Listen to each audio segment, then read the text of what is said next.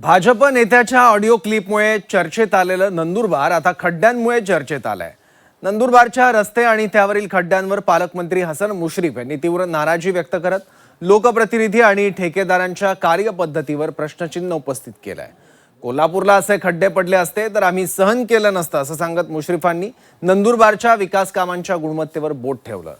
आता पालकमंत्रीच नाराजी व्यक्त करत असतील तर इथल्या जनतेचं काय असा प्रश्न या निमित्तानं पुढे आलाय।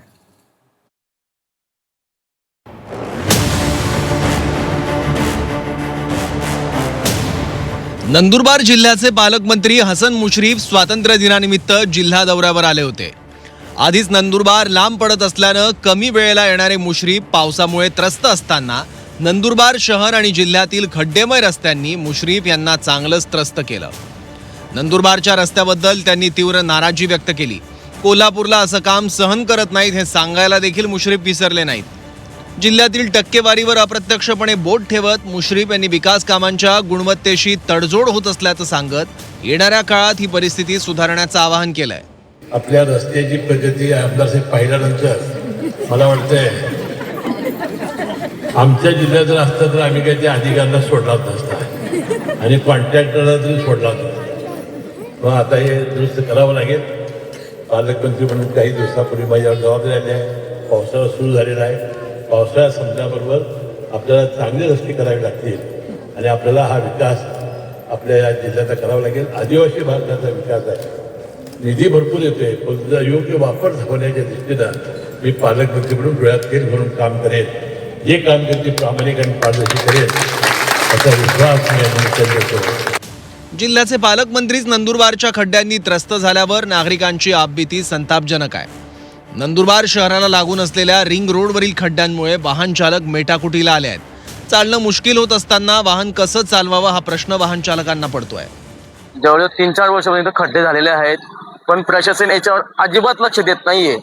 आता कमीत कमी इथे भरपूर ऍक्सिडेंट झालेले आहे, बरेच दुर्घटना इथे पण झाल्या, इथे पण झाल्या, पण कोणीही लक्ष द्यायला तयार होते। सामान्य नागरिक सुद्धा इथे काय करत नाहीये। प्रशासनाने कृपया इथे लवकरात लवकर याच्यावर काही तोडगा काढावा आणि हा रस्त्याची जी झालेली अवस्था आहे, दुरवस्था आहे, त्याच्यावर कृपया लवकर निर्णय घ्यावा।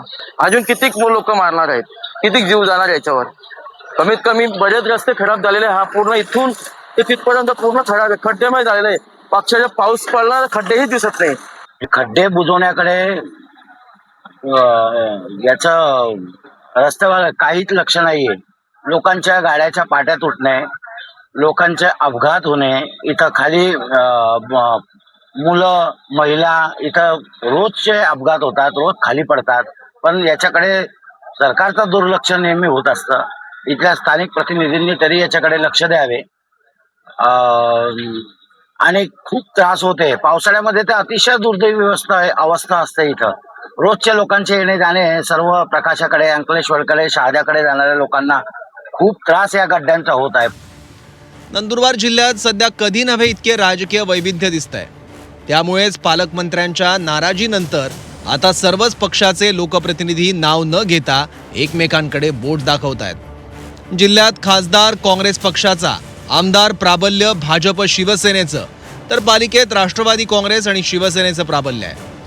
त्यामुळे या राजकीय विविधतेचा फायदा ठेकेदार आणि अधिकारी घेत आहेत। लोकप्रतिनिधींमध्ये एकवाक्यता नाही, त्यामुळे ठेकेदारांची मनमानी आणि अधिकाऱ्यांची चालढकल सुरू असल्यानं हे खड्डेमय रस्ते तयार झाले आहेत। काल झालेल्या जिल्हा नियोजन समितीच्या मध्ये मी पालकमंत्री महोदयांच्या समोर खंत व्यक्त केली की नंदुरबारला शहराला असलेल्या वळण रस्त्यांवरती फार खड्डे आहेत। रस्त्याचं टेंडर मंजूर झालं, काम होतील, काम व्हायला 2 वर्ष लागणार आहे। तोपर्यंत त्या ठेकेदाराने कमीत कमी खड्डे तरी बंद केले पाहिजे। आणि नंदुरबार शहराच्या बायपासला सर्व्हिस रोड आहे त्या टेंडरमध्येच, तर सर्व्हिस रोडचं काम चालू केलं पाहिजे। कारण नॅशनल हायवेच्या कामाला समजा वेळ लागेल, तरी सर्व्हिस रोड जर चालू झाला तर पर्यायाने अर्धी वाहतूक किंवा शहरातली वाहतूक सर्व त्याच्यावर डायव्हर्ट होते। तर सर्व्हिस रोड चालू करायला सांगितलं तर कमीत कमी लोकांना कळून जाईल माझं अतिक्रमण कुठपर्यंत। डिमार्केशन जरी झालं तर लोक अतिक्रमण काढायला सुरुवात करतील।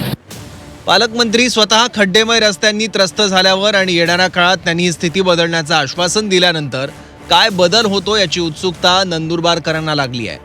आजतागायत नंदुरबारकरांचा भ्रमनिरास होत आलाय। आता पालकमंत्री मुश्रीफ साहेब काय चमत्कार दाखवतात हे येणाऱ्या काळात स्पष्ट होईल. तोवर नंदुरबारकरांना मात्र याच खड्डेमय रस्त्यांवर प्रवास करावा लागणार आहे. प्रशांत परदेशी, झी 24 तास, नंदुरबार.